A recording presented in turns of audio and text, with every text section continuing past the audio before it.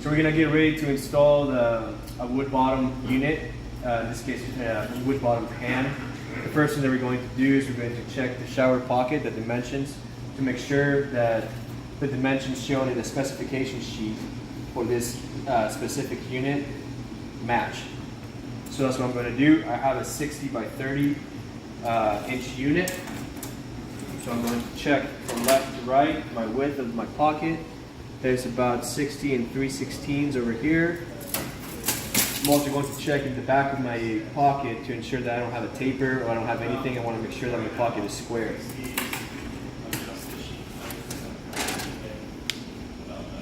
So right there is about 16 1/4. So I'm about a 16th off, so that's pretty square. Next I'm going to check the depth of my pocket.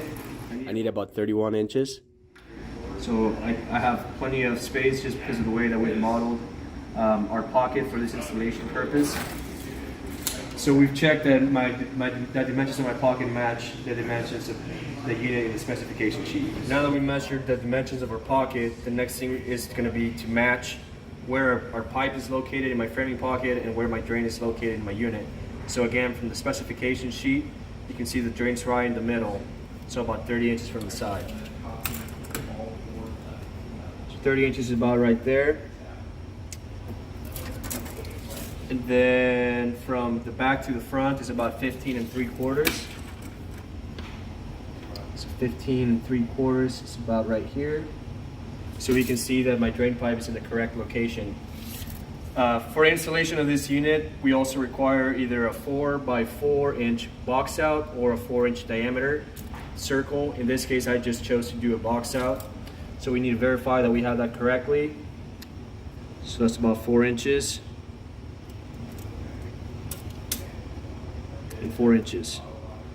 So we can determine that both my drain location and my box out required for installation are correct. So we've measured the dimensions of our pocket, we measured the location of my drain and the box out. Now we need to ensure that the subfloor is level. The reason for this is that the units from Best Bath come pre-level from the factory. So if you have a level subfloor, installation would just be real smooth.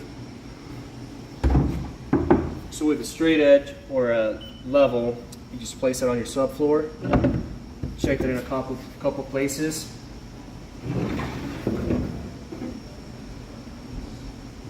So I just checked from left to right. I'm also going to check back to front.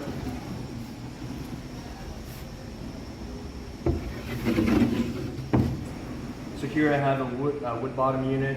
It's going to be a 60/30, so a 60-inch wide and 30-inch deep unit. And I'm just going to do a dry fit.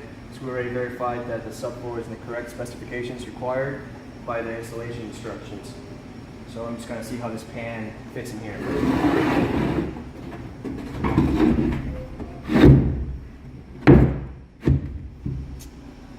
Right off the bat, you can see that my drain pipe is centered in my drain, so everything to this point looks good. With the pan in the pocket, I also want to check that my base is level. As I said, these units come pre-level at the factory. It doesn't hurt to check again. So you just put the level in the back sheetrock ledge. We'll put one at the front. So this is just check from left to right. I also want to check from back to front. Again, placing this level on that sheetrock ledge so we can see that the unit is in fact pre-leveled.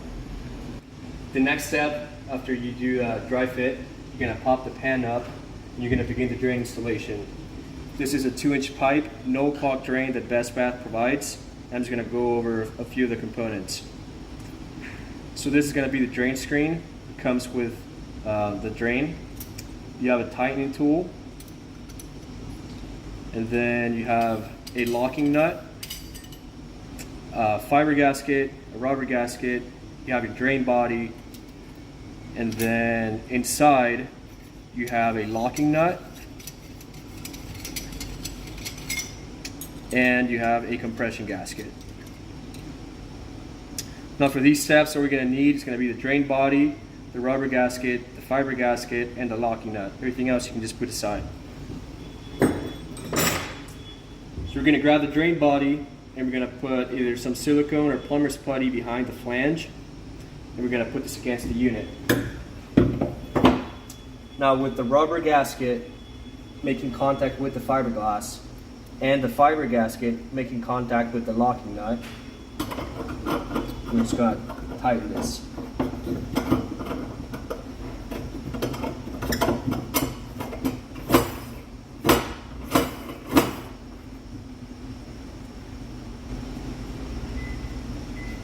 After you begin your drain installation, the next step is going to be to clean your pocket. So you're going to want to remove any dirt or any debris that's in the pocket, and then we're going to set this base back down.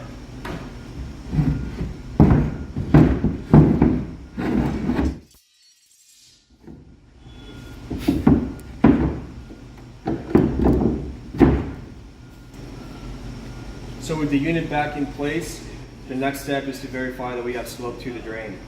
And the way that we do that is we're going to grab a level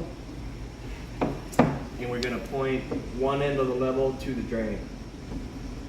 So right there we can see we have about 2% slope.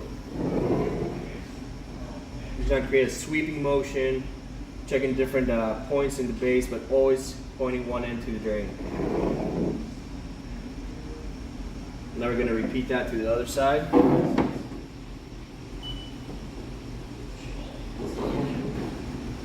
After we have verified that our shower base is level, that we have slope to the drain, and then everything else looks good, we're going to begin to attach them to the framing itself. So I'll put some shims on my base to make up for that extra space from my pocket. So then we're going to pre-drill so we can avoid cracking that gel coat.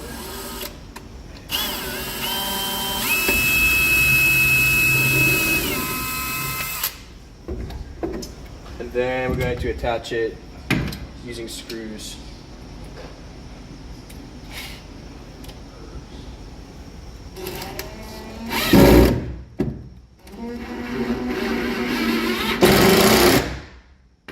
And we're going to proceed to do that at each stud.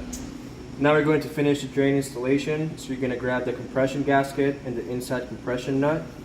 You're going to ride this compression gasket, and then you're going to put that around your pipe, your shower pipe.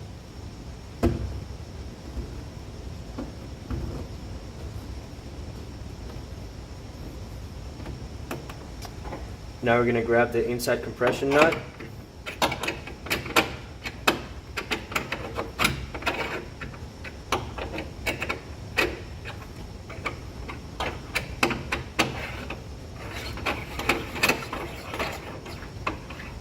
Once you get to a point you can't do that anymore, you're going to grab the tightening tool. You can put a flathead screw in here, and then that's going to help you turn it.